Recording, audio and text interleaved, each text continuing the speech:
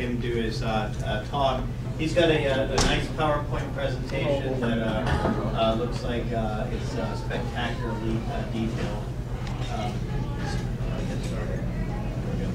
And so I came to this through my own personal journey with my family. I was always against drugs. I was part of Students Against Drugs in high school. I've been a fervent advocate of the Prohibition.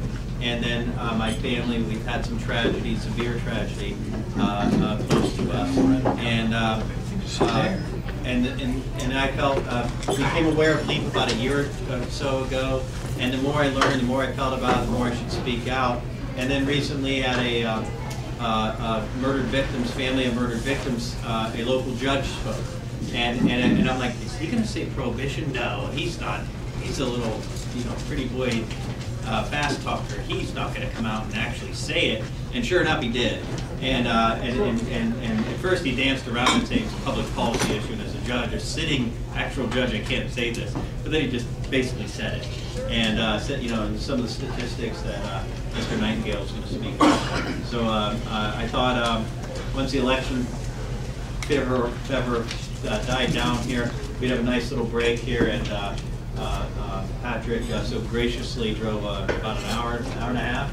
Up to. Yeah, about two. So a little further than I expected. You're you were a prosecutor. Yes. And former prosecutor. He currently works in the legal system.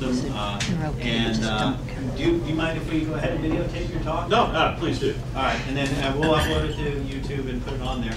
I'll allow you to introduce yourself. I'm sure you give a background, and if you want to follow the presentation, or if you want to go ad hoc, I think that's a great idea to ask people their roles and where they're from and what brought them here. Fantastic. Good evening, everyone. My name is Patrick Nightingale. I'm a regional speaker for Law Enforcement Against Prohibition. By way of relevant background, I was an assistant district attorney in the Allegheny County District Attorney's Office, Pittsburgh, Pennsylvania, from 1996 until 2002. As a Pittsburgher, I must confess, it's a little unnerving coming here to Brown's territory, but over here, baby. There we go. You like a winner, I know that. And that is my background in law enforcement. Since 2002, I've been a practicing criminal defense attorney in the Pittsburgh, southwestern Pennsylvania region, also practicing federal criminal defense work. And it's really through my federal work that I have seen just the extreme toll that the war on drugs is taking, and I would say the vast amounts of money that is being spent to get us absolutely nowhere. I'm going to give us the opportunity to say, hey, do we want to have an interactive discussion? Would you like me to do the presentation? But I'm going to start with a little example in Pittsburgh. I do federal criminal defense work. A lot of that federal criminal defense work is indigent defense. Defendants who would otherwise be eligible for a public defender, but because of a conflict of interest, say there's multiple co-defendants in a case, the public defender can only represent one of those individuals. One of the biggest cases I've been involved in recently was a RICO conspiracy charge. You've probably heard that phrase before, RICO, Racketeering Influence Corrupt Organization. And the federal government has used that on occasion to try to take down large street gangs or large neighborhood gangs in various communities throughout the country. We did it once in Pittsburgh in 1995, and in 2009 the feds decided to try it again. They were going to use RICO to take down the Northview Heights Crips. The Northview Heights Crips were, by all indications, a violent street gang. They had a very deadly war with the Manchester OGs, located just a few blocks away. So the federal government comes in with these indictments and takes out about 40 Northview Heights Crips. I represented one of these individuals. And the public defender's office represented one of these 40 people. That means that 39 individuals were appointed private criminal defense attorneys. And though it is indigent defense, we are not free. We cost a lot of money. The discovery in the material consisted primarily of Title III wiretaps. That means that the government had literally tens of thousands, not a few hundred, tens of thousands of wiretap intercepts between all these 40 individuals going over a number of years. Now, how much time do you think it's going to take me to review tens of thousands of wiretaps? It's not possible. It wasn't humanly possible for any of us. So we moved to court. We said, Judge, you've got to order the government to transcribe everything. They have it. You got to transcribe it. And we made a compelling case. And the government said, that's going to be prohibitively expensive. We can't do that. And the court said, you're the one that brought the indictment. You're the one that charged RICO. And you're the ones that are bringing tens of thousands of wiretap intercepts. Therefore, you are going to transcribe them for the defense, and you're going to do it by this date. $1.2 million later, we had boxes and boxes and boxes of wiretaps. I had an entire wall from there to there of boxes of wiretap transcripts. $1.2 million just to type that stuff alone. Now, ultimately, every single one of these defendants pled guilty. Nobody went to trial because the government brought tens of thousands of wiretaps. Everybody pled guilty. Everyone is doing lengthy periods in prison. My client probably one of the shortest prison stretches of about 7.5 years, plus 3 years of supervised release. Now that would seem like a big win for the federal government. They took out the they took out the Northview Heights Crips. They put 40 people in prison, all of whom had criminal jackets behind them, all of whom had been previously convicted of crimes. Now, what do you think that did to the price of crack cocaine in the north side of Pittsburgh? It went up, didn't it? Sure. You took the drug dealers out. It is harder to get this drug. There's nobody there on the north side to provide crack cocaine and heroin to these addicts anymore, right? Well, I wouldn't be here if that was the case. I wouldn't be here if that tremendous expenditure of money. I would say that prosecution alone, to take those 40 people out, cost us, the taxpayers of the United States of America, $10 million. It's just kind of a wild guess, but I know what my fee was, and I know what some of the fees of the 39 other private criminal defense attorneys were, and that doesn't even begin to touch on the amount of court resources utilized to get everyone into trial. And the effect on the street was zero. It had no effect whatsoever. It did not take drug dealers off of the street. It did not reduce the amount of cocaine available, even in one small Pittsburgh neighborhood. It did not reduce the amount of crime and violent assaults between the Northview Heights and the Manchester OGs. It literally did nothing other than take 40 young men and incarcerate them for lengthy periods of time, for which we are all paying. And that is, to me, a very stark example of, if we were getting something from this, anything at all, less drug dealers in Pittsburgh, great. Price of crack cocaine doubles because the supply is interdicted. Great. The rates of addiction go down because crackheads cannot get their drugs or junkies can't get their stamp bags. Great. Any of that. But as we have seen in the past 40 years of prohibition, we are not getting any tangible results other than having the highest prison population in the entire world. Certainly the highest prison population of any first world country. And we incarcerate our African American citizens and our Hispanic citizens at rates higher than any other country has ever incarcerated their ethnic minorities. It is, and we have the nerve to sit here and say that we are the shining beacon of hope. Well, that may be the case unless you happen to be saddled with the scourge of addiction. If you suffer from the disease of addiction, not alcohol addiction, if you're an alcoholic, we will treat that like the healthcare issue that it is. We will do everything we can to get you resources. We understand alcoholism is a disease. If you're an alcoholic and relapse, we understand that. We don't put you in prison for having a hot urine. But if you are suffering from the disease of addiction, if it's heroin, if it's crack cocaine, the prescriptive drugs, and you screw up, you're going to jail. If you can't afford to feed that addiction and you have to engage in criminal activity, you're going to jail.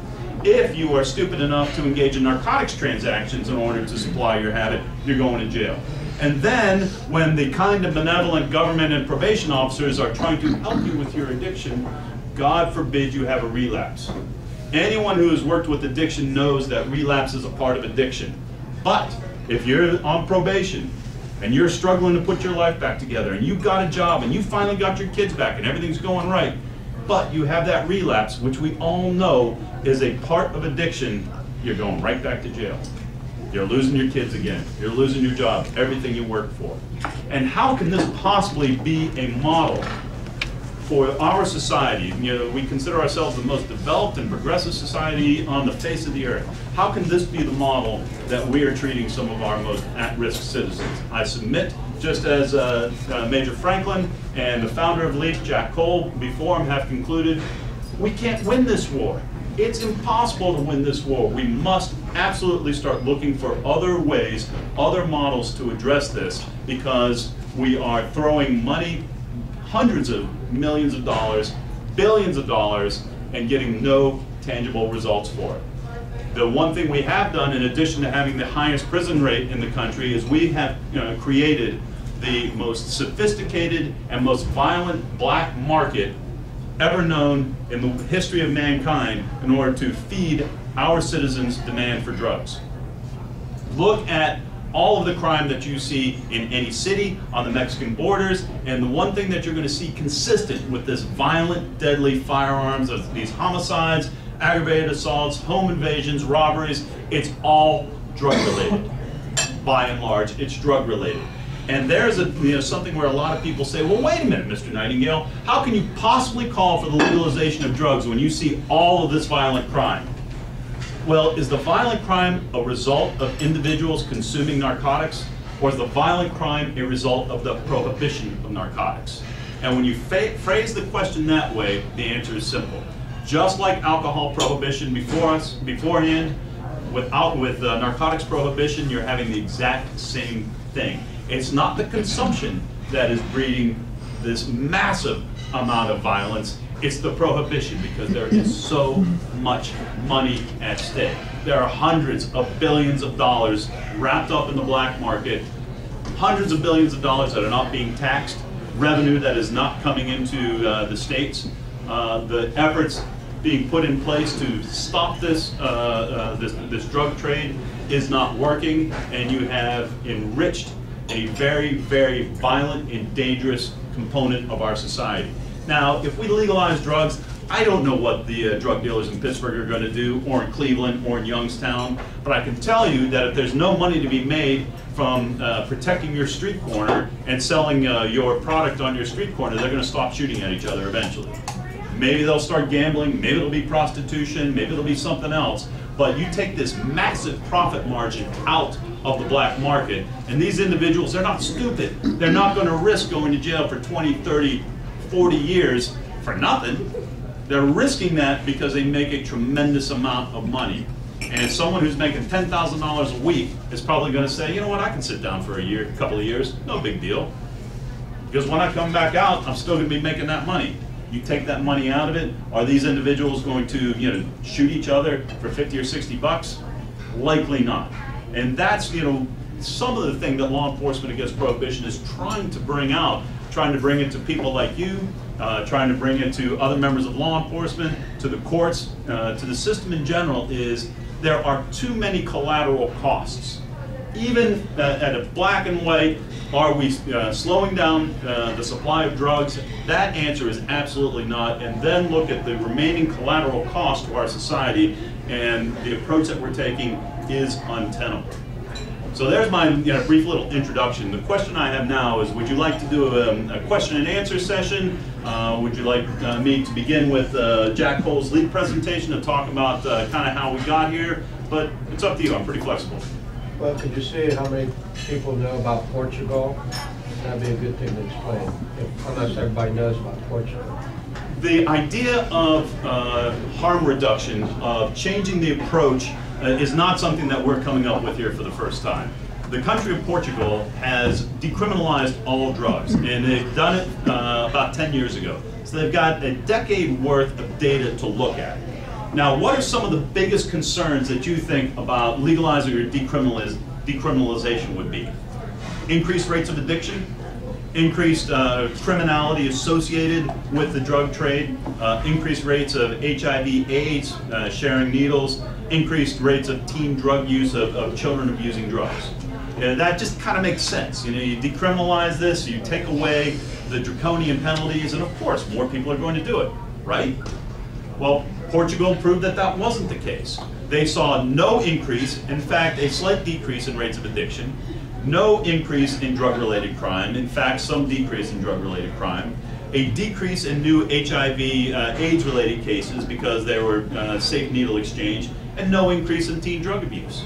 So if Portugal has moved to this decriminalization model and can give us 10 years worth of data, I would submit that that is reliable data that we can bring to the table when making these arguments here in the United States of America. And that's the Portugal model. Switzerland is similar. And what we're seeing in this country is not so much the decriminalization model of Switzerland and Portugal, but we have states that have had medicinal marijuana laws on the books for a number of years. Rhode Island has had its medicinal marijuana law on the books for over 10 years and also did a similar study, and they found no increase in teen drug use, no increase in overall marijuana abuse. So at least those are some good signs that we're getting back that the sky's not going to fall in immediately merely because we start to take a different approach. So that's what the Portugal model can tell us and give us to bring to the table when we're talking about comprehensive narcotics reform. Sir?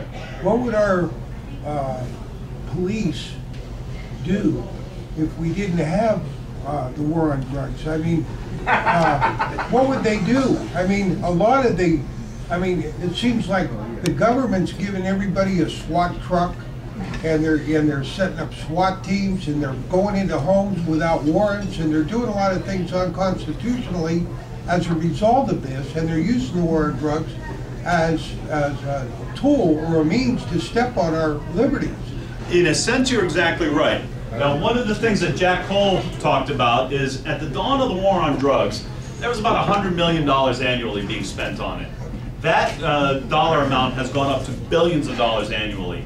That means that there are a lot of people who are earning livings off of the war on drugs. The DEA, an entire agency, any police department you come across is getting some type of state or federal funding. Maybe it's just for their police dog, maybe it's to fund an officer's position, maybe it's to fund their position, but there are people who are literally relying on this drug money in order to make a livelihood. Hell, I'm a criminal defense attorney. But one thing that I have consistently said is end the war on drugs, start the war on pedophilia. Here's something to think about. Another part of my personal experience, I represent individuals who go online and look for children to have sex with. It's not necessarily the nicest part of my practice, but it's there. And what I have noticed time and time again is the brazenness with which an adult man will go into children or teen-oriented chat rooms and immediately start becoming very sexually explicit and immediately sending pictures of themselves in states of unrobe or arousal or whatever. That says to me that these individuals have zero fear of getting caught. They're exchanging large quantities of child pornography on the internet, and they are doing it so blatantly that they must have convinced themselves that law enforcement cannot possibly track them down because of the vast volume of this stuff going on. So let's take our highly trained DEA agents, our highly trained officers who are specialized in Title III wiretap intercepts. Let's just refocus them a little bit. Instead of worrying about what people do inside of their own homes to themselves, let's worry about our children. Let's put every resource possible to protecting our children. What is more important than that? What's more important than protecting that 7-year-old who's possibly being lured by an internet sexual predator or some other type of sexual predator? Oh, no, we don't have the resources to investigate that crime because we're using all of our resources to put this guy who peddles an 8-ball every week in prison. So that's one type of answer that I have. It's like, no, people don't need to lose jobs. There is still plenty of crime to focus on that has nothing necessarily to do with the war on drugs that is not being focused on right now. As Jack Cole points out in the presentation, prior to the war on drugs, the clearance rate for violent crime, homicide, burglary, stolen cars, robbery, arson was significantly higher than after the war on drugs. Has anyone here ever had a car stolen or had your house broken into? No. And what type of police response do you get from that? Well, hopefully we get the crime lab out. You know, we don't really have the resources for this, and you know. They don't care. Yeah, they don't have the resources. They are not able to investigate those types of property crimes, those types of theft-related crimes, because as any agency, there's a limited amount of dollars to going around. So if we're focusing this amount of attention, if all of your overtime is going to those 10 officers who have to, you know, package up all the drugs that they recovered, or all write reports for their various angles of surveillance when they do the controlled buy from one guy, if that's where all of your police resources are dedicated, it's going to be very hard to get them to take, you know, this random burglary, you know, seriously. Oh, someone broke into your basement and they took a case of beer. Well, that sucks, but yes, sir, in the back. Wouldn't the issue there be that the federal money that is being used for the war on drugs, they don't get that federal money for petty theft and breaking and entering? And my other part of my question is, how do we get the federal government to butt the heck out? I mean, this is the problem, is that the federal government is trying to trump states' rights. That is coming up right now, and let's see what happens with Washington and Colorado. I agree with you 100%. If there's no more war on drugs, what happens to all this federal money that's being pumped into law enforcement? We don't want it. We don't want the federal money is what I'm trying to say. Well, you know, if there's possibility to do good things with that federal money, investigate violent crimes. But when you take the federal money, there's always strings attached. And what you're going to do is just refocus the federal money to another war on whatever. We want the federal government to butt the heck out, you know. You may very well be right.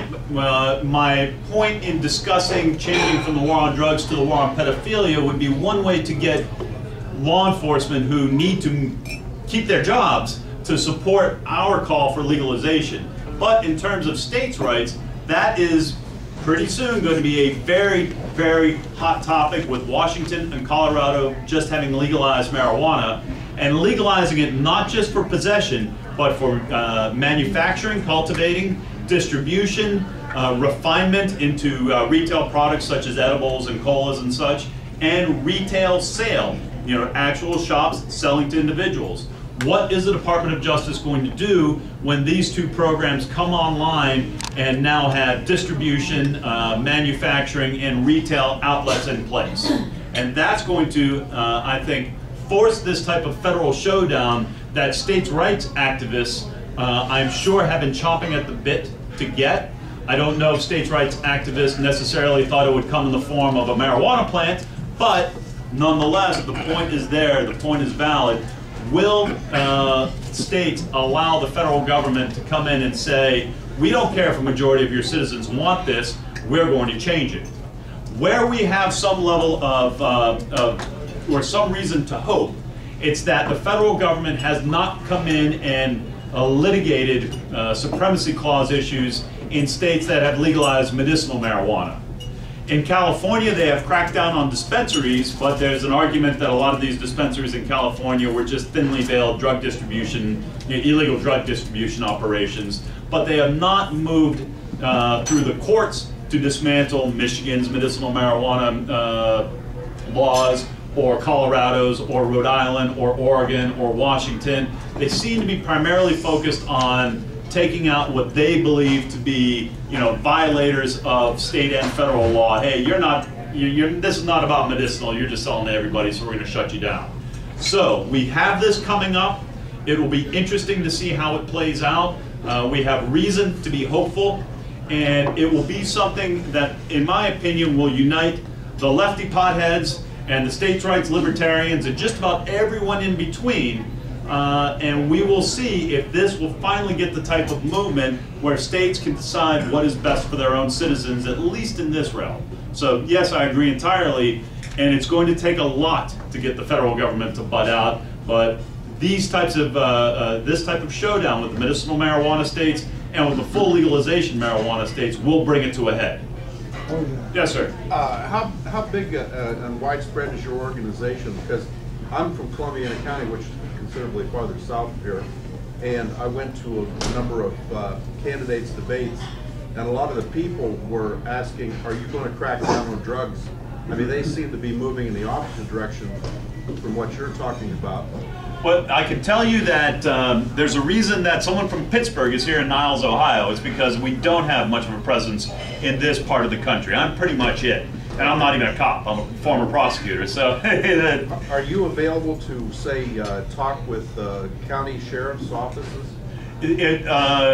On an ad hoc basis, it would depend, you know, just because of scheduling and everything like that. But unfortunately, LEAP does not have much of a presence in this area, but LEAP has a nationwide presence and an international presence. We have about 30,000 active members who are mostly former law enforcement, some former judges, some former prosecutors. We have LEAP members in New Zealand, Australia, Scotland, Canada, United Kingdom, and the Netherlands. And this is the type of voice that people need to hear, because when any discussion about narcotics comes up, there's always the, well, what's law enforcement's perspective? And active duty law enforcement cannot come out and say, well, we don't agree with these laws. You're tasked with enforcing them. You cannot arbitrarily say, well, we think we can enforce these laws and we can't enforce those laws. And there's still this general, some type of sense of, if we just prosecute the war on drugs harder, we will win. If we just throw more money at it, we'll win. If we just incarcerate a few more bad people, we will win. And that type of opinion or that type of statement is coming without any empirical support for it whatsoever. And what we have to be able to do is to say, well, wait a minute, how much more can we possibly spend on this? We've got no prison space left. We've got no federal prison space left. We've got no state prison space left. We are dealing with issues of taxation and revenue generation that, you know, played out in the most recent election. I don't think anybody in this room or anybody in Ohio wants to see their taxes go up significantly so we can build some more prisons to put some more nonviolent drug dealers in there. And that's the type of dollars and cents that we need to start bringing to people. We incarcerate, as I said earlier, we incarcerate our citizens at a rate far higher than any other country, far higher than China, Russia, Saudi Arabia, Iran. I mean, maybe North Korea is, close to us, but the vast majority of those people that we are putting in prison, we're putting in prison as a direct result of the war on drugs. And that is the type of thing that we need to show people. No, we've put everybody in prison, and it doesn't make any sense. Cocaine is cheaper now than it was in 1985 when I was in high school and can get cocaine in my high school hallway. Heroin is cheaper and purer now than it has ever been. It's about 10 times cheaper and more pure than it was at the dawn of the war on drugs in 1970. How can you say if we just throw more money at this, we're going to win? We can't even, what else defies inflation like illegal narcotics? Everything else, milk. How much was milk in 1970 compared to how much it is now? It's certainly not cheaper. What is cheaper today and more readily available today than it was in 1970? About the only answer is illegal narcotics. It defies inflation. It has defied law enforcement efforts. Heroin is readily available in every high school around here. When I was in high school, in 1985, Just Say No, Nancy Reagan, DARE, people were serious about it in 1985. If I wanted a can of beer, I had to find someone who was 21 years old, go to a bar, and buy me that can of beer. If I wanted an 8-ball of cocaine, heroin wasn't around at that time, but we had lots of Vicodin and Percocets and what's some of the other popular ones? What's that? Ludes. Oh, Quaaludes. I forgot about Quaaludes. If I wanted those types of street narcotics available in my high school hallway, if I wanted a quarter pound of marijuana, I was 15 years old. I could get it in my high school. It's the same thing is going on today. High school kids all over the place, not just high school kids from the tough neighborhoods, high school kids from the good neighborhoods are dying from heroin overdoses. They're getting shit in their high schools, they don't know what's in it, They don't know if this stamp bag is pure, if this stamp bag is adulterated. They're 14, they're 15 years old, and they're dead. That is a result of prohibition. At least in a tax and regulate model at the point of sale, which is what's going on, which is what will be happening in Washington and Colorado. At least at the point of sale, someone has to produce an identification showing that they're older than 21 years of age. And the fact that that didn't exist and does not exist in the black market places our children at risk. Was Colorado a medical marijuana state before it became a recreational use Yes. state? Colorado, Is there a blueprint somewhere? Colorado probably has the most effective and well-regulated medicinal marijuana program in the country. Washington may also come a close second. But in Colorado, literally from the point that a seed is being planted to the point that marijuana or refined products are being sold to the consumer, every step is regulated in real time. Growers have to be accessible in real time to state regulators, and it's done via 24-hour video monitoring. Distribution, the same thing. Anyone doing cooking or refinements or finished products such as candies or colas or whatever, same type, 24-hour real-time monitoring so that product is not going out the back door and making it into the black market. The point of retail sale, every single gram being sold by a medicinal dispensary in Colorado is accounted for. Now, clearly stuff is still being sold on the street. There's clearly things that are going out the back door, but in terms of tax and regulate, what Colorado has shown is that it's possible to have a highly regulated business model that is effective and that delivers products to people who want them at reasonable prices. And it's probably one of the few areas where you're going to hear people say, no, we need very tight, strict regulation and we'll all make money in the process, but that's what this industry needs. And it needs it so that people who are not cannabis consumers, for example, feel confident that this isn't just a free-for-all, that there is, what we're saying, that we're keeping it out of the hands of children, there's quality control, there's the ability to track everything, and that's what's going on in Colorado. And what we anticipate is that they'll be able to just translate that into the full retail market, and their medicinal market, which is here, will just grow into this greater, full retail market, and then we're going to see the revenue that's available from it, so on and so forth. But yes, that level of regulation is critical, I think, in order to get buy-in from people, and it's that lack of regulation which is causing all the problems in California right now. Sir? To answer the question about documentation, there have been many, and I can't remember the names of documentaries about marijuana industry, and it was a couple weeks ago, it was either a Discovery or History Channel about Colorado. So was it on Discovery or History? There was the 60 Minutes episode. This wasn't the same. Okay. Was it? Oh, that's the one I saw. Okay. But it may have used it, but it was a couple weeks ago. It's a very good documentary about what's going on in Colorado, so you can see the role model for that program. Anecdotally speaking, I was in Denver in 2011 for the National Organization for the Reform of Marijuana Laws Conference, and pretty much what all the activists out there were saying is, since medicinal has come online in Colorado, the Mexican brown weed, the lower quality Mexican marijuana has disappeared from Colorado. They're producing everything that recreational consumers are consuming domestically. So yes, in spite of this tight regulation, there is still product going out the back door, but what it has done is nothing's being imported into Colorado anymore. Violent drug gangs are not making money importing marijuana into Colorado. Do that throughout the country. It's estimated that approximately 20% to a third of all revenue that these violent gangs in Mexico, these border gangs, is coming from illegal marijuana sales. That is not an insignificant amount of money. Let's say they're making $10 billion a year, make marijuana legal throughout the United States, and they lose $3 or $4 billion of that income. That is a huge hit, a huge blow. And that's why the former president of Mexico, Vicente Fox, is calling for marijuana legalization, because at least we start there and take out a huge chunk of the income going into these violent street gangs. What about terrorist organizations?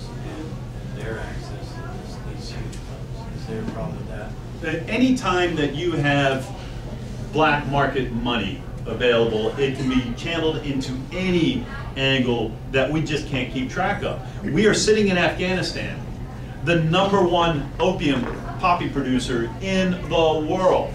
And all of that opium that's being produced there is going into the black market.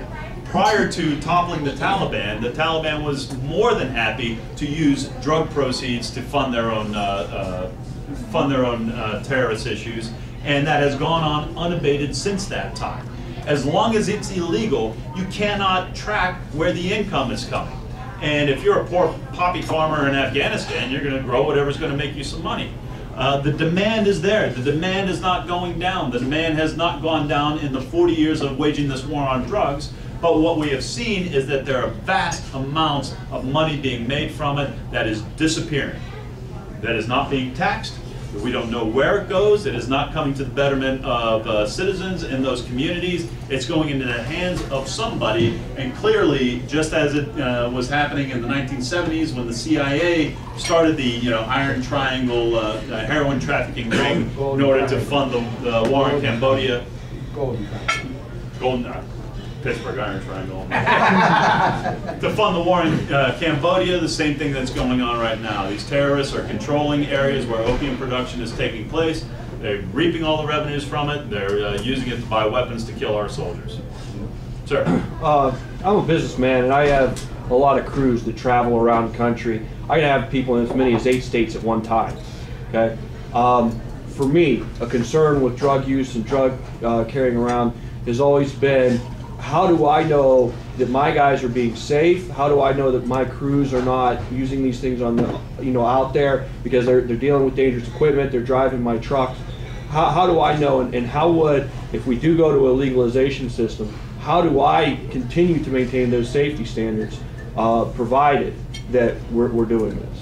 And you are free as a businessman to put whatever regulations in place. Hey, we're using heavy equipment. Sorry guys, but if you want to work here, you just can't use any narcotics, because I'm worried that you may have some trace left in your system. I don't want you to drink either. Sorry, but if you want to work here, that's kind of the cost of employment. And it's a very legitimate issue, more so I think for medicinal users than for recreational users, because I think as an employer, you have every right to expect your employees to be clean and sober while they're working. What they do when they go home at the end of the day, that may be a different matter, but you have every reason to expect that they're not going to smoke a joint in the cab of your truck while they're on the workplace, because just as they shouldn't be doing shots, they shouldn't be smoking, they shouldn't be injecting heroin. It's the workday. We're talking about responsible adult use for these substances, and that is not responsible adult use. But the issue that we're seeing coming up in the medicinal states is, if you have a medicinal user, someone who uses regularly, they're going to have significant trace amounts of THC in their system at all times. And you as that business owner, you're not necessarily going to be able to differentiate with, was that from last night or from this morning? Is this person high right now, or are these THC levels as a result of just consistent use? And that's a difficult issue that you have to address as a business owner, but that I believe will be effectively addressed as these programs come online. I mean, we're not starting with legalization of all drugs, for example. We're starting with legalization of marijuana. What type of employment issues are we going to see in Washington and Colorado? What type of law, what type of jurisprudence comes up around that, where as employees and employers try to find the appropriate balance between, hey, I used last night, but I know I still have trace amounts in my system. So it's, the best I can say is it's a work in progress. You as a business owner have every legitimate reason to place appropriate restrictions on your employees, and they have every legitimate reason to say, that's fine, but you can't tell me what to do at 10 o'clock in my own residence if it has zero effect on my job. We'll just have to see how that plays out. Sir? Are there any statistics to indicate that marijuana causes a significant number of accidents, automobile accidents? Just recently, in fact, we have seen that in medicinal states, auto accidents are going down a little bit. And there's a thought that, we don't quite have the data, but as people turn to marijuana and use alcohol less. There seems to be a drop in DUI, but what we don't have is a spike in DUI. We have not seen a significant or any appreciable increase in marijuana DUI related incidents in any of these medicinal states. We don't have any data to suggest it's getting worse, and we have some data to suggest maybe it's helping out a little bit. There have been a lot of studies that suggest that individuals under the influence of marijuana tend to be more attentive drivers because they're aware that they have less motor skill control, and not quite the same level of intoxication as with alcohol, the same reckless behavior. That's still fairly new science. Where I think we're going to see it playing out is in Washington State, where they have a 0.05 nanogram per milliliter cutoff for driving under the influence of marijuana. It's a very low cutoff. The bill sponsors there believed it was necessary to get buy-in from law enforcement. Medicinal activists in Washington opposed it vehemently. We'll see how it starts to play out. I was going to say this is purely a guess based on anecdotal references.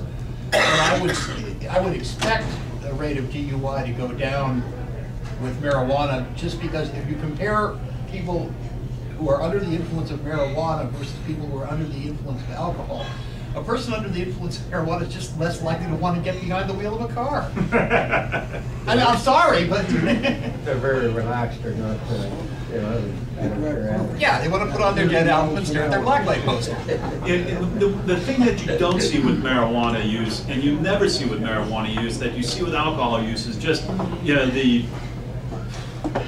someone who is heavily intoxicated, the utter lack of judgment, the beer muscles, the violence that comes with it. You can ask any police officer that you come across, have you ever seen a violent pothead? I'll scratch your head a little bit. No. Like, no. When's the last time you saw a violent drunk? Well, when did my shift end? It's just, the substances are so radically different. And today, any one of us today could go drink ourselves to death. Let's go right now. I'll buy a half gallon of the cheapest vodka I can find. I will chug it down and I will die. Do you know how much marijuana it takes to cause a lethal overdose? Guess? Anybody? I don't think they found any. Tons. In order to obtain a lethal overdose, one would have to consume 1,500 pounds of marijuana in a 24-hour setting. It's impossible. You're more likely to die from someone dropping a bale of marijuana on your head than from I know smoking people too who much. try. That's not to say that some people might smoke too much and get a little freaked out and have to go to the emergency room or whatever the case may be, but they're not going to die. But every day in this country, there's some kid somewhere that drinks himself to death at a college, binge drinking over the weekend. It happens consistently, it happens all the time. Thousands of Americans are accidentally drinking themselves to death. Thousands of Americans are accidentally overdosing on prescriptive drugs. Thousands of Americans are accidentally overdosing on heroin and crack cocaine. It's impossible to do it on marijuana, yet marijuana remains a Schedule I controlled substance. As we enter the holiday season, do you think it is possible to go 10 feet without seeing an ad extolling the virtues of alcohol at the holidays? You cannot possibly have a decent holiday without beer, without this, without that. Oh, drink responsibly, but drink and buy and supply to all of your guests, because that is what the holidays are all about. Meanwhile, there's this somewhat benign substance that cannot possibly kill anybody, for which, you know, if any of us chose to possess it, we can be subject to arrest and prosecution. It makes no sense, and it cannot. We just can't continue to do this. If we acknowledge with alcohol use that people want to alter themselves for whatever reason, whether they're happy, whether they're sad, whether they're indifferent, we want to alter ourselves. We have always done it since the dawn of humanity, since the first person found the fermented fruit and caught a buzz from it. And they're like, yeah, I kind of like that, let's do it again. We saw with alcohol prohibition, we cannot force people to change. Why do we think that we can suddenly force people to change by telling them that, oh no, you can use these substances, but not these, and if you do those, we're going to put you in prison? It doesn't make sense. It's either all or nothing. Either prohibit it at all, or legalize it all, because the disconnect between the two is fundamentally irreconcilable. Don't give them any ideas. Seriously. No, I mean, I know some true prohibitionists and police officers who would bring back alcohol prohibition, but I mean, that is not something that any sane person is discussing. I mean, we tried it. It was an utter abysmal failure. Why? Because we created, you know, a vast organized crime network to supply this alcohol in a very short period of time. We've done it again with the war on drugs, but for some reason, we've got our heads in the sand, pretending that this time around it's going to be different. How much more do we have to spend before we learn that it's not different? How many more police officers have to get killed in undercover stings? How many more, you know, young men have to spend substantial periods of time in prison and then to come out with no job prospects whatsoever before we finally realize this is not working? We can't do it anymore. So basically you're saying take it out of the hands of the criminals and the gangs and the inner border problem, and put it in the hands of our country so we can control the value of the product and also generate money in the States, as opposed to spend millions and millions of dollars violating our rights, our constitutional rights, our Fourth Amendment right. How many times have people gone into homes without a warrant on the word of somebody on the street saying, "Oh, I got mine over there," and how many mistakes have been made? Mm-hmm. So I'm just saying. So really, it's about bringing everything under control in our country and taking the other countries out of the loop. Tax and regulate. That's and the to model. Regulate the value of the product too. Exactly. Tax and regulate. At the dawn of the war on drugs, I don't know if you know about this, but for us in Pennsylvania, it's something we like to talk about. At the dawn of the war on drugs, Nixon wasn't sure what to do with marijuana. Should marijuana be Schedule 1, Schedule 2, Schedule 3, or Schedule 4? He didn't know. He knew he wanted to prohibit it, but he didn't know where it should be. So he asked former Pennsylvania Governor Raymond Schaefer to chair a commission called the National Commission on Drug Abuse and Marijuana. And he said, "Hey, Ray, you got to tell me what to do with this marijuana stuff." So former Pennsylvania Governor Schaefer conducted a study and concluded that marijuana should be taxed and regulated in a manner similar to alcohol. Well, that didn't go over too well with the Nixon administration, and it's been Schedule 1 ever since. But the only government agency to take a hard look at the prohibition, the regulation, or the classification of marijuana came back and said, tax and regulated like alcohol. That was in 1971. Who was and here we are. Who was that? Raymond Schaefer, Governor Raymond. What organization, what federal organization looked at it and said? He was appointed by Nixon, and the commission was called the National Institute on Drug Abuse and Marijuana, or the National Commission on Drug Abuse and Marijuana, but it was appointed, it wasn't through a federal agency. It was one of those situations where the president said, "Will you chair this commission and give a report back to Congress?" And he did, but the recommendations weren't followed. And one of the reasons the recommendations weren't followed is because it didn't address distribution. It just said possession, tax and regulate, but it didn't really deal with distribution, so it kind of set up an unworkable model. But the only person, the only commission, federal commission to look at it in that context said, tax and regulate. Sir. Oh, I know he was trying to get one hand. Yeah. Yes, sir.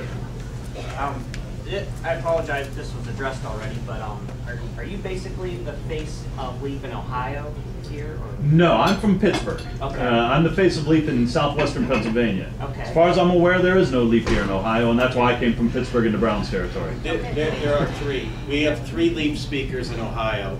2 are down in Cincinnati. I've heard the captain of the Cincinnati, former captain of the Cincinnati Police Department, a major metropolitan police department. We heard him speak at Case Western. The other guy's a former prosecutor out of a small county just outside of Cincinnati. And the third speaker's from up here in the Cleveland area near Richfield. But he's on a hiatus right now doing something else, so he's not available to speak. That's who we would have wanted to got.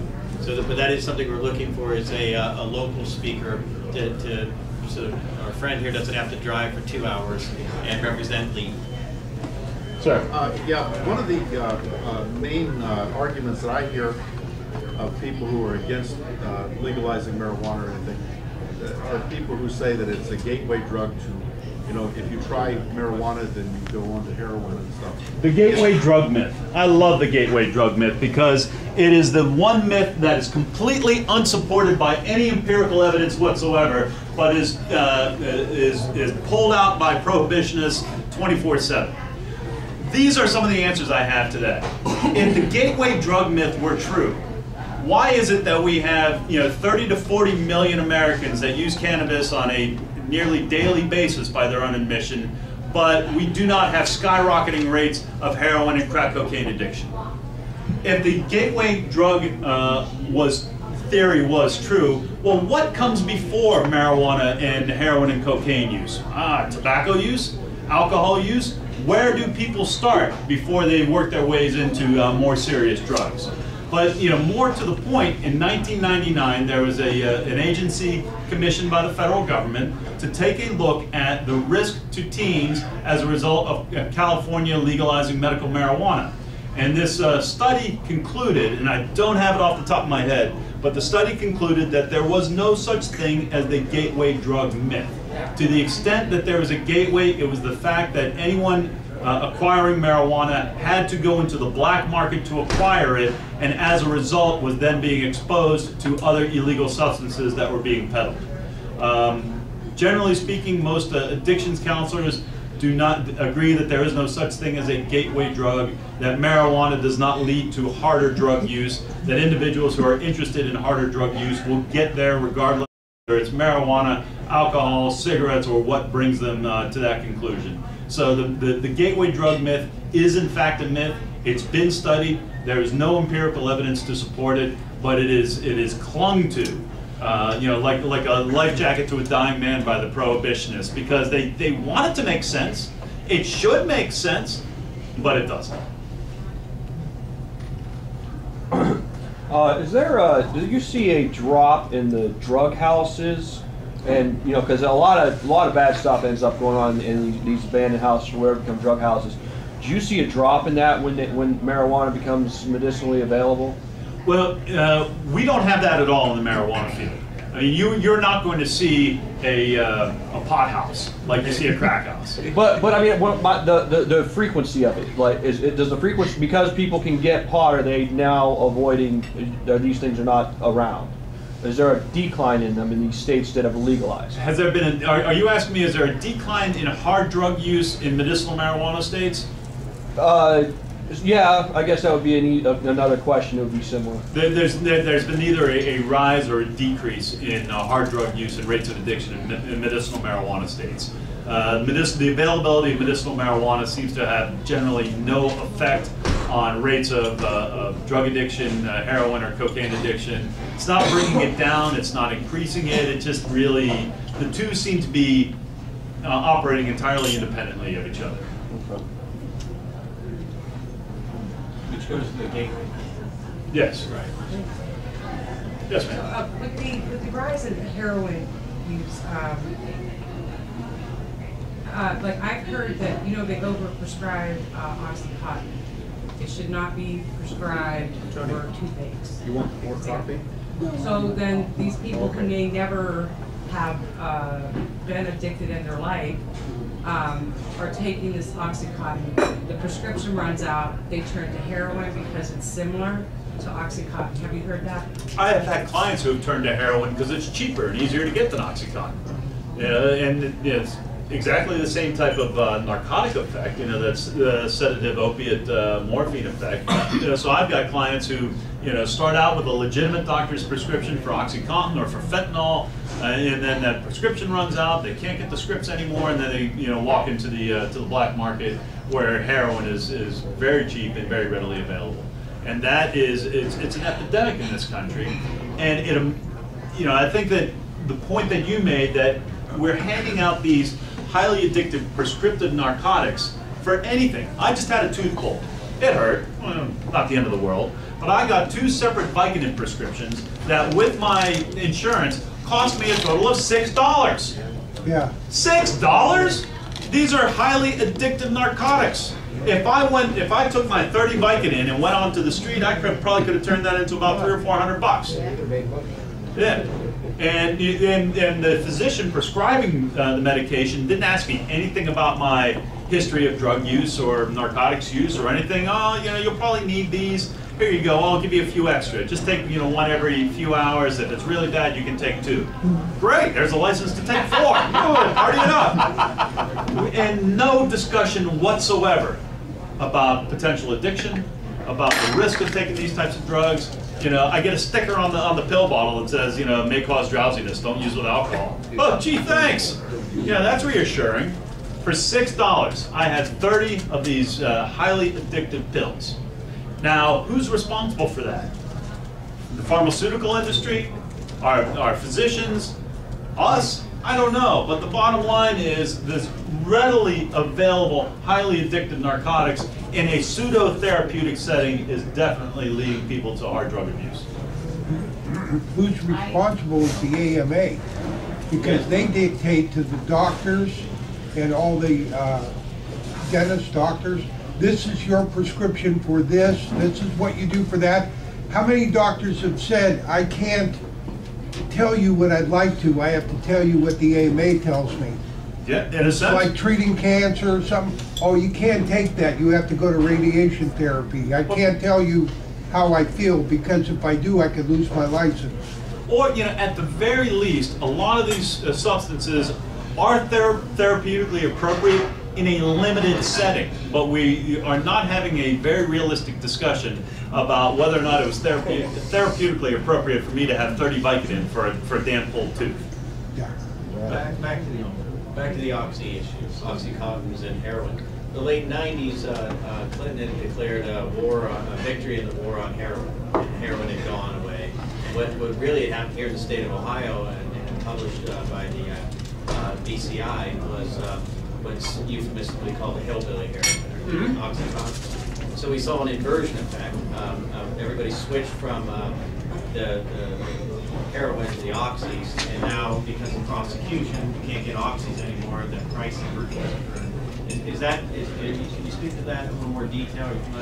Yeah, absolutely. We've seen that take place where, we were touching on it earlier about the prevalence of OxyContin. When it came on the market in the late 1990s, it was the wonder drug. It was time release, it gave you very powerful medicine, but in a time release fashion, and we thought at that time that you couldn't abuse it. Well, drug addicts will figure out how to abuse anything very, very quickly, and they found out that just by breaking it up and dissolving it, crushing it up, that eliminated the time release effect, and you got a very, very powerful narcotic drug. Then when doctors and law enforcement started to realize that this stuff was really being overprescribed and being abused, it was the availability of OxyContin in the market was somewhat restricted. Well, where did all the people who are addicted go to? They went right to heroin abuse, and now it's gotten to the point where heroin is epidemic in any of our communities and any of our schools.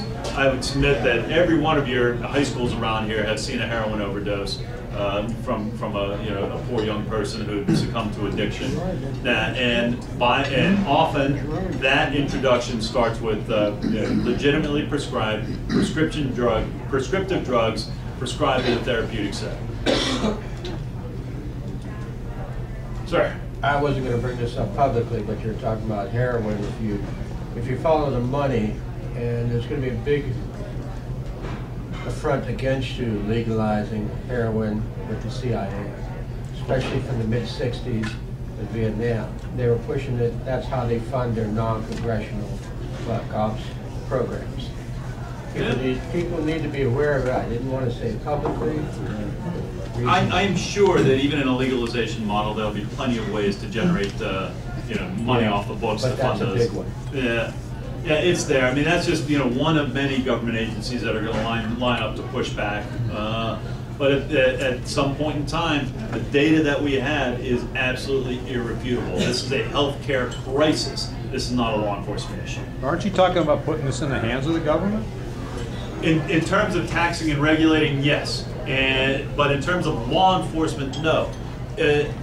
We do not advocate legalizing any free-for-all. Legal for everybody, let the market set whatever controls they will. because we understand that, especially with hard drugs, that they're dangerous. They're dangerous to people. People get addicted to them, people overdose on them, people can commit violent acts while under the influence of these narcotics, and we want to have some mechanism in place to help, to treat, to provide, and we also need to have a mechanism in place to make sure that crime doesn't come with it. Right now, where is crime coming from associated with the black market? Because the stuff's expensive. You know, a crackhead is not going to burglarize your house and steal your TV if crack's $50 or 50 cents a hit. They're going to do that if that rock is $10, $15. And if they need, you know, multiple rocks through the day to support their habit. The tax and regulate model anticipates being able to provide the substances to addicts as they need it without forcing them to engage in criminal behavior in order to support that habit, and working towards getting them into rehabilitation to treat that addictive disease. So yeah, government is impacted. One of the things we talk about is taxing. I mean, there's tax revenue, a huge amount of tax revenue potentially to be made from illegal narcotics, especially as we're seeing right now from marijuana. So even though we're talking about getting government out of law enforcement, government has a legitimate role to play in tax and regulating. Yeah. You know, what is the name that if you're addicted to heroin, and if you're fortunate enough to have enough money or somebody in your family is? Suboxone. Yeah. So what is the difference between, I mean, okay, that and heroin, other than heroin's illegal and that's legal, because isn't that... Suboxone treatment, as I understand it, it eliminates the cravings that you have for the illegal substance. So it turns something off in your brain that actually craves it. What you're thinking about is, methadone, okay, which is essentially a legitimate substitute. You know, that doesn't involve quite the same level of narcotic high, but you're still kind of feeding that that craving for the opiate, where Suboxone suppresses that craving. And that's as best as I understand. Do you know, do they have to then just take that for their rest of their life, or how, I mean, it's fine? Well, yeah, I know a lot of people who are on methadone who just seem to be stuck in it. You know, they can't get off methadone, and they try to get off methadone, they go back on heroin. As far as Suboxone treatment is concerned, it's still relatively new, and most of the clients I have are treating and have not, you know, gotten to the point where they're like, yeah, I'm 2 or 3 years out of Suboxone treatment, I'm still committed. So. In trying to win this return to civil liberties, would you like to comment on the opposition that we might call the drug war industrial complex? Well, I mean, it's there. Are you guys familiar with Northeastern Ohio Correctional Center, right here in Youngstown?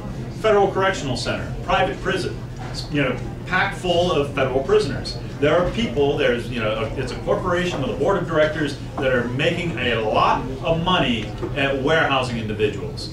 And what we have started to see are some of these private prisons guaranteeing 80 to 90% occupancy rate. Well, how in the hell do you guarantee an 80% or 90% occupancy rate in a prison? What are you telling us? That we guarantee that, you know, people are going to be committing crimes and therefore we'll make money, you'll make money, it'll all be a good thing. So we've got the prison industry, the private prison industry, anyone in law enforcement making money prosecuting the war on drugs. So yes, there is a tremendous amount of money and a tremendous amount of lobbying that's going to be associated with preventing any type of narcotics reform. In California in 2010, when they tried to go full legalization, one of the deepest pockets fighting full legalization in California was the alcohol industry. They didn't want to see their cut interfered with by the marijuana industry, and they had the nerve to say, we're concerned about people, you know, driving under the influence of marijuana. You're the alcohol industry! You advertise, for God's sakes! But, you know, that's where it's coming from. And we expect, you know, also pushback from the pharmaceutical industry until they realize just how much money they can make from it. Talk about, so, you know, you buy marijuana at Walgreens, I guess, and this at this post-apocalyptic event. What happened in Portugal? How did they deal with this as a social disease? What was their mechanism? Their mechanism was just decriminalization. Take away criminal penalties from possession of small amounts of narcotics. They did not take away penalties for narcotics trafficking. They just took away the penalties. If you were caught with a small amount of heroin, a small amount of cocaine, small amount of marijuana, you're not going to be prosecuted. You're not going to be put in jail. And they're making additional resources available for treatment, for reduction, for addictions treatment, and that's where they started to see, I mean, the phrase kind of bandied about is harm reduction, but they took a look at it and empirically said, we want to try something different because we don't think that this is a workable model anymore. Putting too many people in prison, we're not effectively addressing increasing HIV AIDS rates, we're not effectively addressing the increased rates of addiction, so let's try something different. They tried it, 10 years on, it's working. Haven't they already done that in Ohio, decriminalized a portion of it? In Ohio, you have decriminalized under 100 grams of marijuana, and you just decriminalized marijuana paraphernalia. But that's fairly recent. How much pot do you have to have in Ohio to go to jail? That I don't know. I don't practice in Ohio. $50 fine, because I was in a night court the other day, and a teenage kid had to pay $50. And the judge, to my shock, said, well, what should I can tell your wrestling coach and your parents this? You know, and I was like shocked that he would say something like that to the kid about, you know, going to his coach would ruin his career in wrestling. I mean, yeah, what can you do? I mean, at least it was only a $50 fine, and you know, he's not involved in juvenile probation with a probation officer and review dates, and you know, tying up court time and so on and so forth. But Ohio's been fairly progressive in that, that it has decriminalized almost a possession of a quarter pound of marijuana. You talked about victims in the drug war. Is this a victimless crime, selling drugs? No, selling drugs is not a victimless crime. A drug dealer is not interested in who's buying drugs from them. I've had cases where my clients were 12 and 13-year-old drug dealers selling to other 12 and 13-year-olds. As long as you've got this in the shadows, in the black market, then there is no discretion, no discrimination whatsoever as to who's buying and who's selling. If you're 12 years old and you have $4,000, well, guess what? You're getting $4,000 worth of narcotics to do with whatever the hell you want to do. If you're 13 years old and you want to buy a stolen gun, here it is. And that is the direct effect of the black market. And what I would submit is that prohibition is causing more victims than a health model, a tax and regulate model ever could. Yes, sir. What's the official stance of LEAP as far as the tax and regulate model? Is it just leave it up? As far as age, is it like cigarettes, 18, or is it 21? 21. 21? Okay. Yeah, or responsible adult use. And tax and regulate, and then providing resources as necessary to address issues of addiction. But that it is not the business of law enforcement anymore to tell people what they can and cannot ingest on their own time.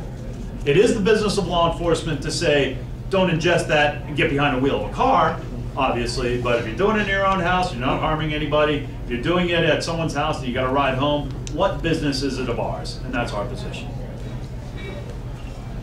Well, I've got a 2-hour drive back to, oh, one more. Oh, I'm sorry. Well, first of all, thank you for coming out. But probably the hardest question to answer, I find, about this whole issue is when people, well, you're talking about legalizing all drugs.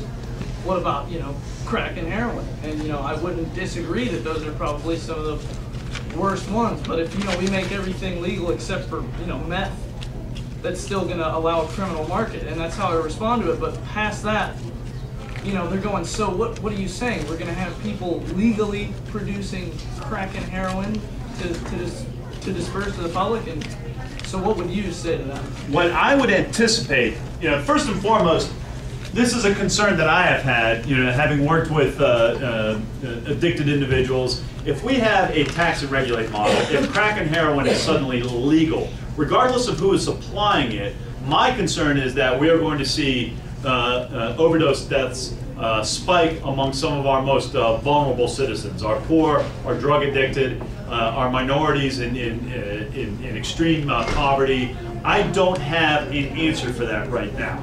Our position, LEAP's position, is that any legalization must bring with it the appropriate healthcare component. So you're not just throwing people out there with no safety net whatsoever. There's got to be something in there, and we've already got a drug healthcare industry, if you will, with rehabilitation facilities and drug counselors. So we're not completely going in blind with this, but we understand that yes, people's rates of addiction may very well spike, or use may spike, overdose may spike, and we've got to have the healthcare there in place to assist with that. Now the other question is, who's going to be generating this stuff? Who's producing it? We want tax and regulate. We want to make sure that whoever is producing it is producing a product that we know what's in it. Just like a bottle of alcohol is 80 proof or 90 proof, we want to know what's in that heroin. We want to know what is in that crack cocaine. And right now, that is happening in these medicinal marijuana states. In the medicinal marijuana states, in their tax and regulate model, a medicinal purchaser knows exactly what they're getting when they go to a dispensary. They know exactly what the THC content is. They know exactly what the cannabidiol content is. They know exactly whether this is a more sativa strain or an indica strain, whether it's going to make you tired, whether it's going to make you euphoric, and that is in the context of a highly regulated state production system. So if you extrapolate from that, I think that having highly regulated, licensed manufacturers of these types of products is going to be critical, just like you do with the alcohol industry. You and I cannot go out there, distill some gin, and sell it in the marketplace. It's got to be subject to very strict control and regulation because of the nature of the product. You and I cannot go out there and make a gun and sell it. It's a dangerous product that is subject to significant regulatory controls, and I believe that that will be an appropriate model for narcotics as well. What you were saying, from what I understand, would probably cut the death rate of heroin overdose probably by 90% alone, because the vast majority of heroin overdoses are caused by the fact that it's impossible to know what the right dosage is. Exactly, and often when you get something on the street that's notoriously powerful or lethal, that's what all the junkies gravitate towards because it's stronger. And if I've got to pay, $50 for my brick of heroin or my bundle of heroin, I would rather get the most powerful heroin I possibly can get for that $50 to make it last longer. It's like, whoop, that was laced with fentanyl, now I'm dead, oh shit. That happens regularly as a result of prohibition. All right. Thank you very, very much.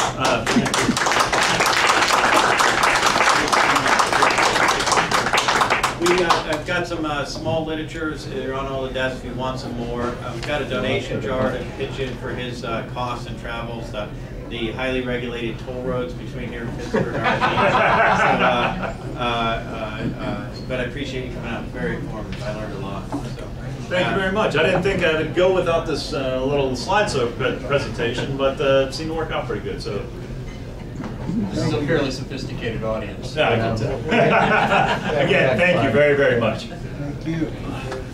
Now the jacket comes. And anybody, we have the website address for LEAP's at the bottom. And if you're in law enforcement and interested to get involved, you can do that. And we meet here. My group does every Thursday. We're the ones who sponsored this campaign for liberty. But it's really it goes beyond the message of liberty, and I think into this issue of it's a public policy issue, it's a social issue.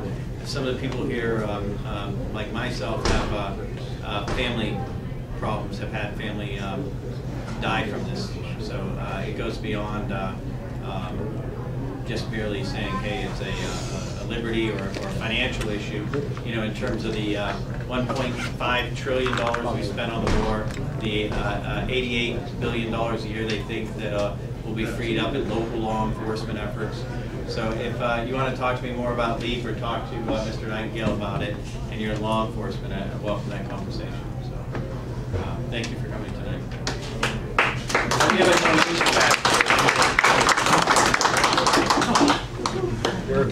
You're very Well, at least you're used to talking under your feet.